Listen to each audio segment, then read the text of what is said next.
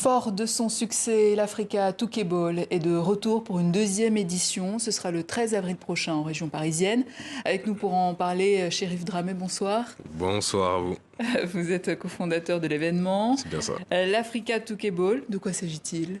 Alors, l'Africa Touquet Ball, c'est un tournoi de basket, tout simplement, en format Coupe d'Afrique des Nations, qu'on a du coup organisé l'année dernière, c'est en région parisienne à Massy. Là, on le fait cette année à Pavillon-sous-Bois, en Seine-Saint-Denis. Du coup, le 13 avril. Et puis, on espère que ça va bien se passer. Comment se déroule le tournoi, concrètement? Alors, c'est, comme je disais, c'est un format Coupe d'Afrique des Nations. Oui. En fait, Cannes. Voilà, Du coup, pour, combien de 8 pays équipes. représentés? 8 équipes qui sont Sénégal, Cameroun, Côte d'Ivoire, Caraïbes, parce qu'il y a des équipes qu'on a rassemblées, on va dire, pour une histoire de logistique. Caraïbes, Diaspora, qui est un peu un mélange. Le Mali aussi, la Côte d'Ivoire évidemment, et puis le Maghreb, faut pas les oublier aussi, et puis voilà, c'est les pays qu'on a. Un tournoi basé sur le principe de l'inclusion, c'est-à-dire? Alors c'est l'association Santea, dont je suis le président, qui est porteur de l'événement. Du coup, ton objectif, c'est de promouvoir la formation et l'éducation des jeunes et des adultes. Donc voilà, c'est important de rassembler les gens, je trouve, qui sont binationaux, parce qu'il faut montrer que c'est une force et pas... voilà, c'est une force, voilà, pas une faiblesse surtout. Voilà. Alors, vous êtes d'origine ivoiro-guinéenne. C'est ça. Vous-même, vous êtes ancien joueur professionnel de basket. C'est ça. Aujourd'hui, c'est une histoire de transmission qui est en jeu. Alors c'est ça, parce que nous, on avance en âge. Donc du coup, il y a les jeunes qui sont derrière nous.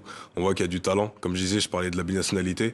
Et comme je disais, c'est une force. Et les jeunes ne se rendent pas forcément compte de ça. Donc en fait, là, ce qu'on fait, c'est de pousser la chose un peu plus loin, de les faire jouer avec leur nation. Parce que quand on joue souvent avec la nation, ça donne de la force, ça donne de la puissance, de la motivation.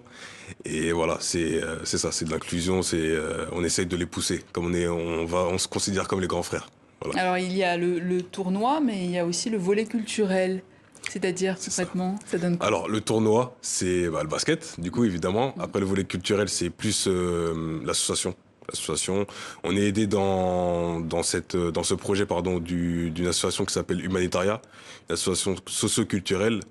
Donc, comme je dis, il n'y a pas que le basket, il y a aussi des shows de danse, il y a des projets culinaires, on va dire. On a des partenaires culinaires qui seront là pour cette édition, que je vais nommer. Du coup, Bienvenue à la Maison, qui est une association culinaire afro-caribéenne.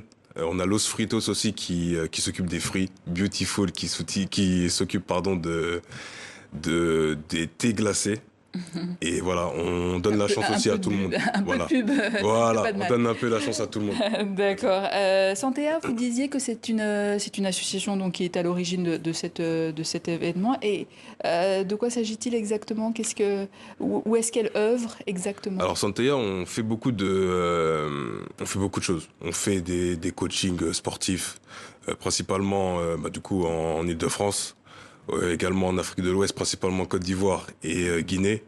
On propose des formations, tout ce qui est formation d'anglais, de français, de remise à niveau, de préparation physique, de préparation mentale. Et puis voilà, on est une association qui est, comme je disais, culturelle, socio-culturelle. On essaye d'œuvrer un peu partout en Afrique de l'Ouest, pour le moment, du moins.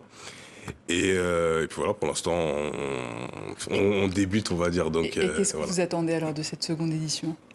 Alors, sur la première édition, ça a très bien pris, ça a très bien marché. Donc là, on voit que ça relaie beaucoup sur les réseaux sociaux. On attend vraiment de l'aide, que ça fasse parler, que ça bouge, que ça fasse un peu bouger les choses ici en Europe, en Afrique. Et je reviens aussi sur la binationalité, c'est important.